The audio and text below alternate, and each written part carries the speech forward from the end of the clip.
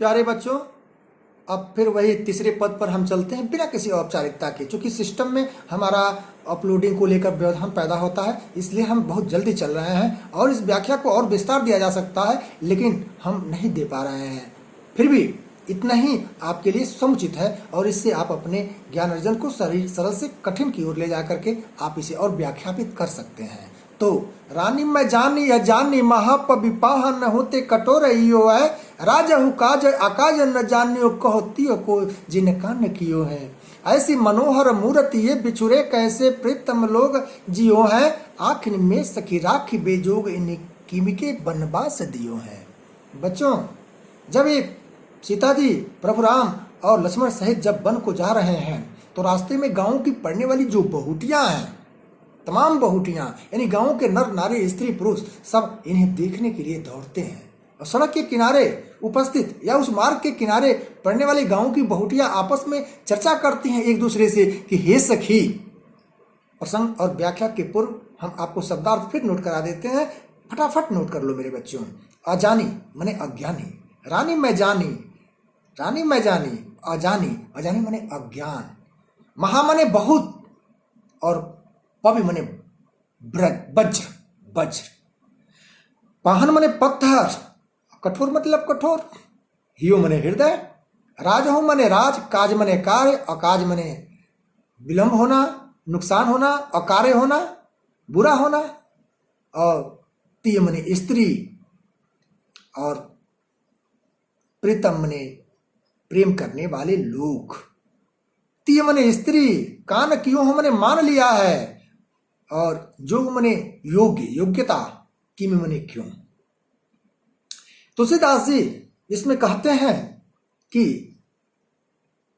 ग्रामीण स्त्रियों के द्वारा कैकेयी और राजा दशरथ की निष्ठुरता का यहां पर वर्णन है।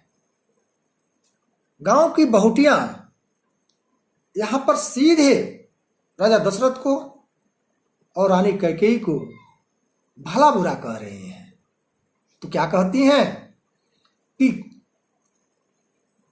वनगमन के समय रास्ते में स्थित एक गांव की स्त्रियां राम, लक्ष्मण और सीता के सौंदर्य तथा कोमलता को देखकर रानी कैकेयी को अज्ञानी और वज्र तथा पत्थर से भी कठोर हृदय वाली नारी बताती है। तो कहती है क्या कि रानी मैं जानी अजानी महा, हे सखी मैं जानती हूं ये जो रानी है महाअज्ञानी है और पवि पाहन तो कठोर ही हो है, और जो इनका हृदय है वो भी वज्र और पत्थर जैसा कठोर है, इसका पत्थर जैसा कठोर है। राजहु काज अकाज न जानियो, इन्हें जरा सा भी समझ में नहीं आया कि ऐसे प्रीतम लोग चले जाएंगे तो राजकार्य का क्या होगा।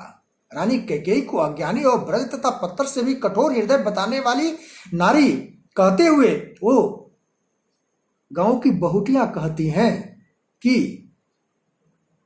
उन्हें सुकुमार राजकुमारों को वनवास देते समय तनिक भी दया क्यों नहीं आई, तनिक भी दया क्यों नहीं आई।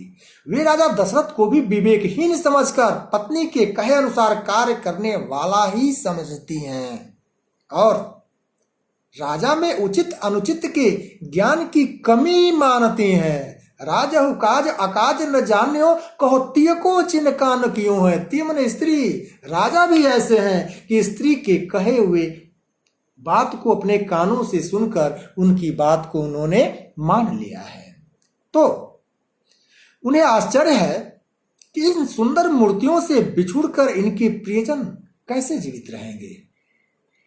उन गांव की बहुटियों को चिंता यह है कि ये जो इतने प्रियतम हैं, इतने प्रिय हैं, इन्हें छोड़कर, इन्हें भुलाकर कोई कैसे जीवित रहेगा।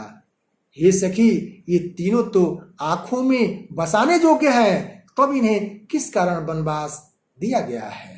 हे सखी, ये तो आंखों में बसाकर रखने योग्य हैं। मेरे प्यारे बच्चों, यहाँ कवि ने ग्रामीण बालाओं के श्री राम के प्रति सहृदयता का सुंदर चित्रण किया है। सीता की कोमलता का मनोहारी वर्णन किया है। भाषा ब्रज है। कान भरना और आंखों में रखना जैसे सुंदर मुहावरों की यहाँ पर समावेश करके पद को और सुंदर बनाया गया है। शैली मुक्तक है, छंद सवैया, रस करुण और श्रृंगार, गुण माधुर्य है, शब्द शक्ति और विधा लक्षणा एवं व्यंजना है। इस प्रकार आप अपने पाठ्य सामग्री को आगे बढ़ाते रहें, हम सदैव आपके लिए तत्पर हैं।